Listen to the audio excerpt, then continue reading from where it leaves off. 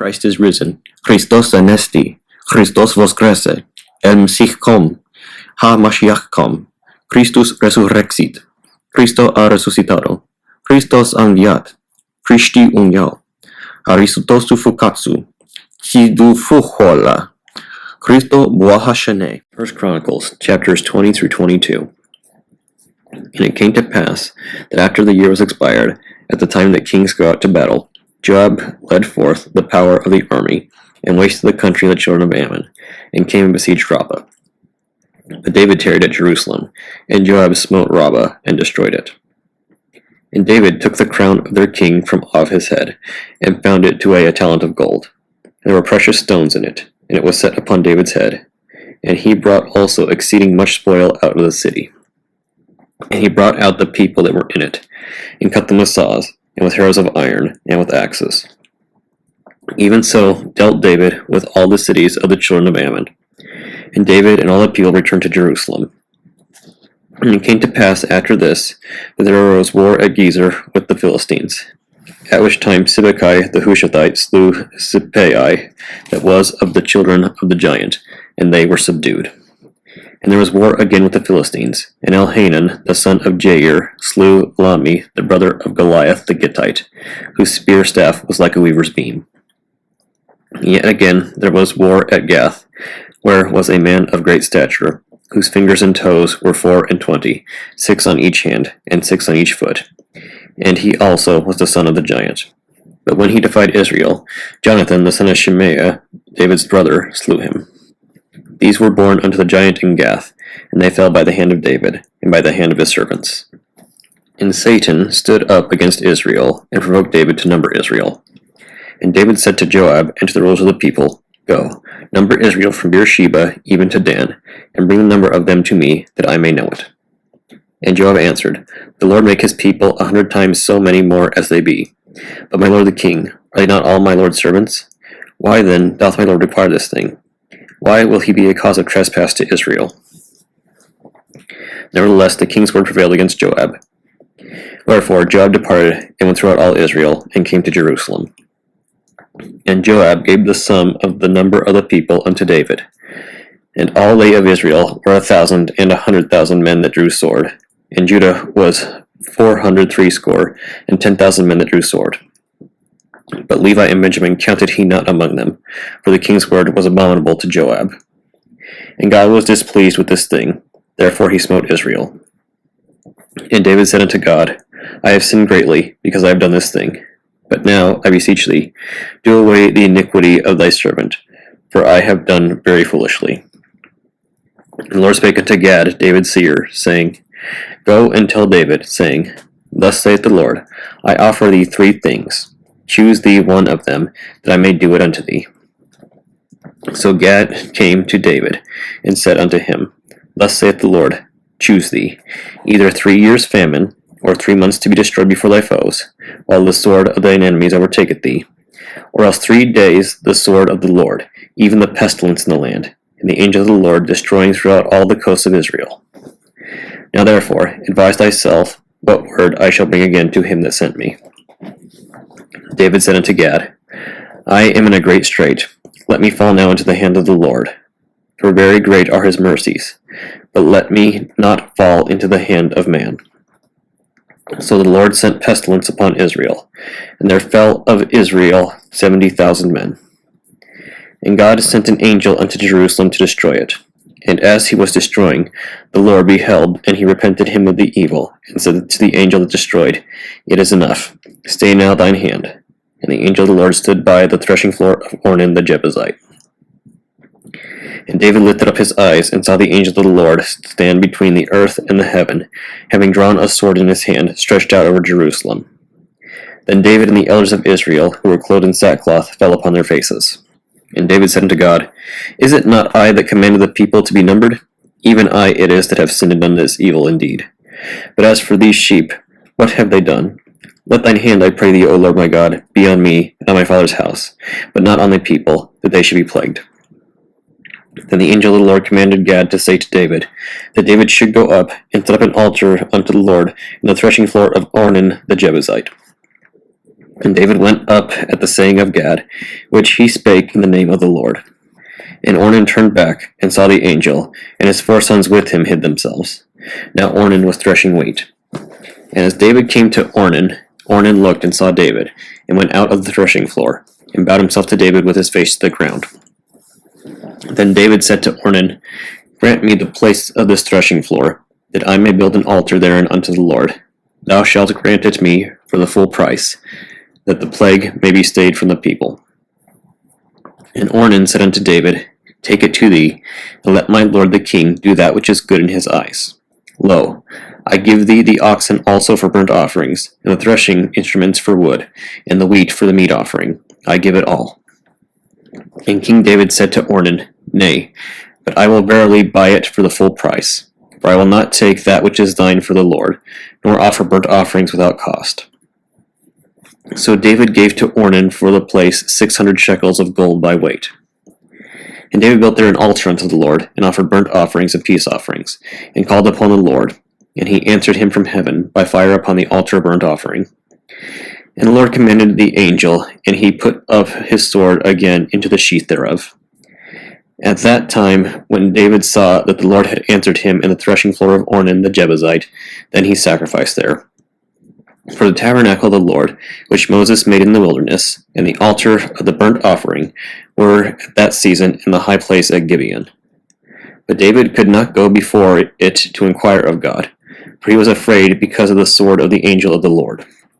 Then David said, This is the house of the Lord God, and this is the altar of the burnt offering for Israel.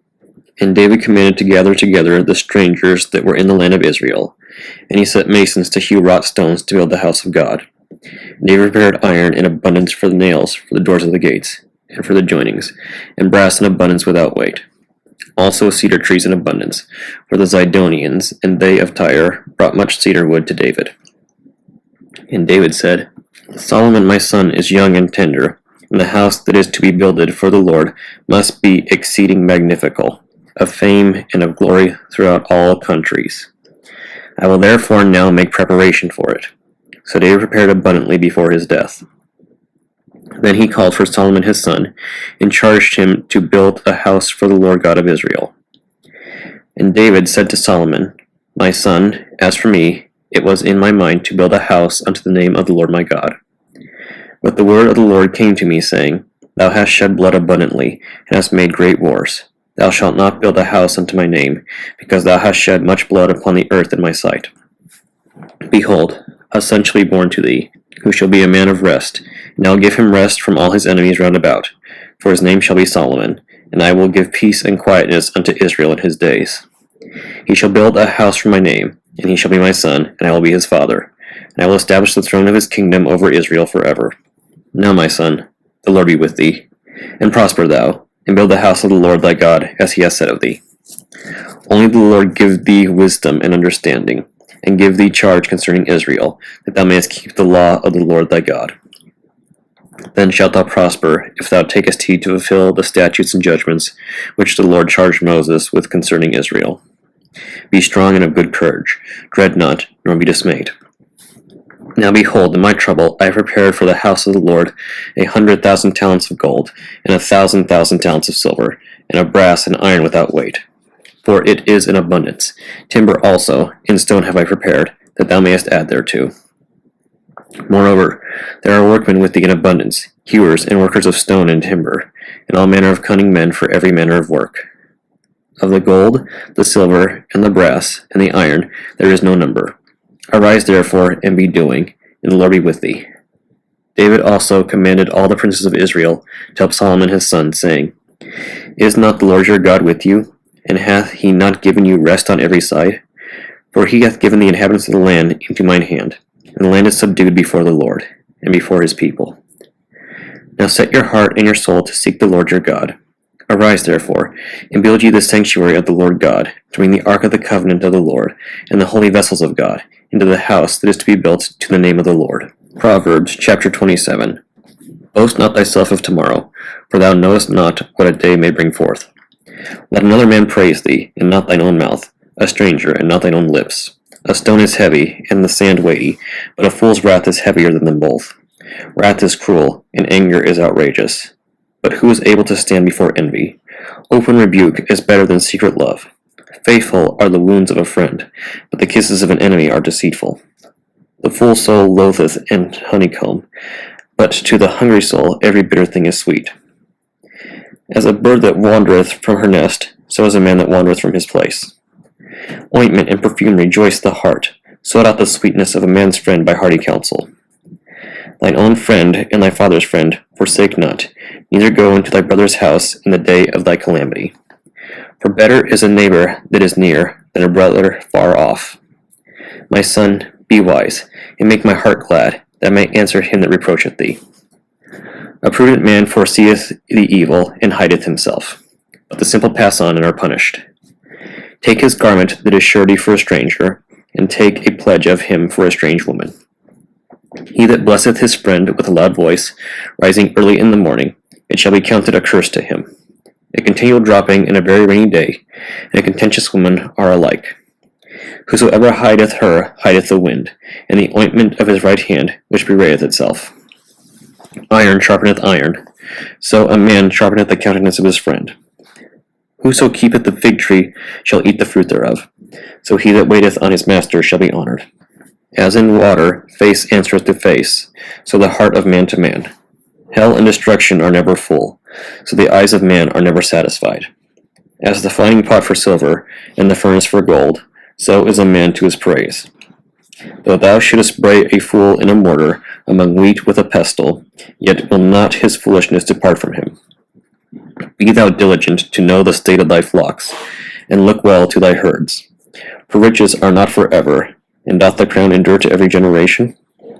The hay appeareth, and the tender grass showeth itself, and herbs of the mountains are gathered.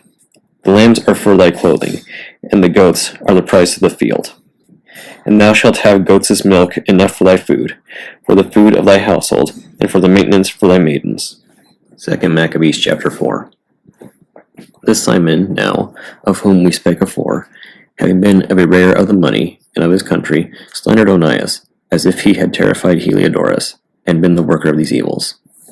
Thus was he bold to call him a traitor, that had deserved well the city, and tendered his own nation, and was so zealous of the laws. But when their hatred went so far, that by one of Simon's faction murders were committed, Onias, seeing the danger of this contention, and that Apollonius, as being the governor of Cilicia and Phoenicia, did rage, and increase Simon's malice, he went to the king, not to be an accuser of his countrymen, but seeking the good of all, both public and private. For he saw that it was impossible that the state should continue quiet, and Simon leave his folly, unless the king did look thereunto. But after the death of Seleucus, when Antiochus, called Epiphanes, took the kingdom, Jason the brother of Onias labored underhand to be high priest, promising unto the king by intercession 360 talents of silver, and another revenue 80 talents. Beside this, he promised to assign 150 more, if he might have license to set him up a place for exercise, and for the training up of youth in the fashions of the heathen, and to write them of Jerusalem by the name of Antiochians. Which, when the king had granted, and he had gotten into his hand the rule, he forthwith brought his own nation to the Greekish fashion. And the royal privileges granted a special favor to the Jews by the means of John the father of Eupolemus, who went ambassador to Rome for amity and aid, he took away. And putting down the governments, which were according to the law, he brought up new customs against the law. For he built gladly a place of exercise under the tower itself, and brought the chief young men under his subjection, and made them wear a hat. Now such was the height of Greek fashions, and increase of the heathenish manners, through the exceeding profaneness of Jason, that ungodly wretch, and no high priest. The priests had no courage to serve any more at the altar, but despising the temple and neglecting the sacrifices, hastened to be partakers of the unlawful allowance in the place of exercise, after the game of discus called them forth, not setting by the honors of their fathers, but liking the glory of the Grecians best of all. By reason whereof sore calamity came upon them, for they had them to be their enemies and avengers, whose custom they followed so earnestly, and unto whom they desired to be like in all things. For it is not a light thing to do wickedly against the laws of God, but the time following shall declare these things. Now, when the game that was used every 5th year was kept at Tyrus, the king being present, This ungracious Jason sent special messengers from Jerusalem, who were Antiochians, to carry 300 drachms of silver to the sacrifice of Hercules, which even the bearers thereof thought fit not to bestow upon the sacrifice, because it was not convenient, but to be reserved for other charges. The money, then, in regard to the sender, was appointed to Hercules' sacrifice, but because of the bearers thereof, it was employed to the making of galleys. Now when Apollonius the son of Menesthius was sent into Egypt for the coronation of King Ptolemaeus Philometor, Antiochus, understanding him not to be well affected to his affairs, provided for his own safety, whereupon he came to Joppe, and from thence to Jerusalem, where he was honorably received of Jason and of the city, and was brought in with torchlight and with great shoutings, and so afterward went with his host unto Phoenice. 3 years afterward Jason sent Menelaus, the aforesaid Simon's brother, to bear the money unto the king, and to put him in mind of certain necessary matters. But he, being brought to the presence of the king, when he had magnified him for the glorious appearance of his power, got the priesthood to himself, offering more than Jason by 300 talents of silver. So he came with the king's mandate, bringing nothing worthy of the priesthood, but having the fury of a cruel tyrant, and the rage of a savage beast. Then Jason, who had undermined his own brother, being undermined by another, was compelled to flee into the country of the Ammonites. So Menelaus got the principality, but as for the money that he had promised unto the king, he took no good order for it, albeit Sostratus, the ruler of the castle, required it. For unto him appertained the gathering of the customs, wherefore they were both called before the king. Now Menelaus left his brother Lysimachus in his stead in the priesthood, and Sostratus left Crates, who was the governor of the Cyprians. While those things were in doing, they of Tarsus and Malos made insurrection, because they were given to the king's concubine, called Antiochus. Then came the king in all haste to appease matters, leaving Andronicus, a man in authority, for his deputy.